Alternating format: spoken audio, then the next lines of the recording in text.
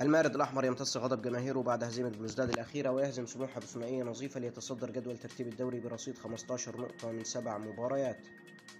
في يوم ميلاده وباحتفال البالون المثير للجدل، إمام عاشور الأهلي يتجاوز مساهمات إمام عاشور الزمالك ويحقق لقب رجل مباراة سموحة اليوم.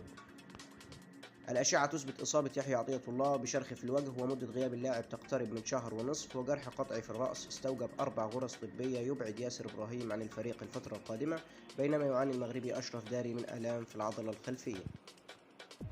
الاتحاد السكندري يقيل مدربه القبرصي بوه فاسيليو وجهازه المعاون بالكامل، ويعين طلعت يوسف مديرا فنيا للفريق للمرة السابعة في تاريخه.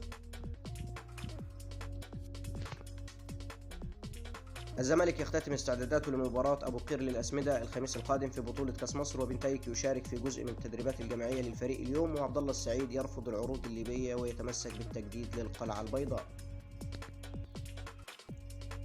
لجنة إدارة شؤون اللاعبين التابعة للاتحاد المصري تلزم نادي مودرن سبورت بدفع مبلغ 22 مليون جنيه مستحقة لورثة لاعب الفريق الراحل أحمد رفعت، وخبير أجنبي إيطالي يقترب من تولي ملف التحكيم المصري. في كلاسيكو سعودي من الطراز الفريد، اتحاد جدة ينتصر على الهلال بركلات الترجيح بعد تعادل الفريقين إيجابيا بهدفين لكل فريق في الوقت الأصلي للمباراة، ليتأهل النمور إلى نصف نهائي كأس خادم الحرمين. بعد أنباء رغبة الفريق الكتالوني بالتعاقد مع اللاعب، توتنهام يقطع الطريق على برشلونة ويجدد تعاقد مهاجم الكوري سونج هيونج مين لمدة موسمين، ورونالد أروخو يرفض عرض للانتقال إلى يوفنتوس